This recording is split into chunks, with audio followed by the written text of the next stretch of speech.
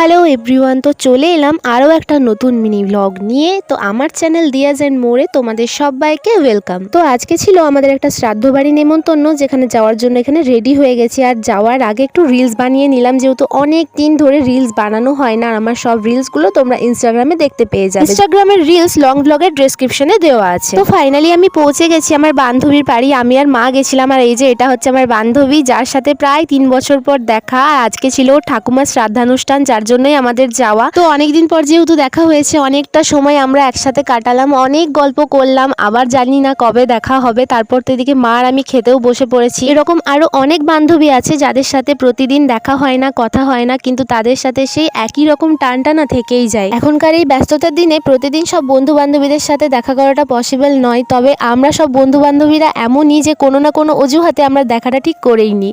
তো যাই হোক, বান্ধবীকে টাটা দিয়ে এখন আমরা বাড়ি চলে যাচ্ছি। তো টাটা।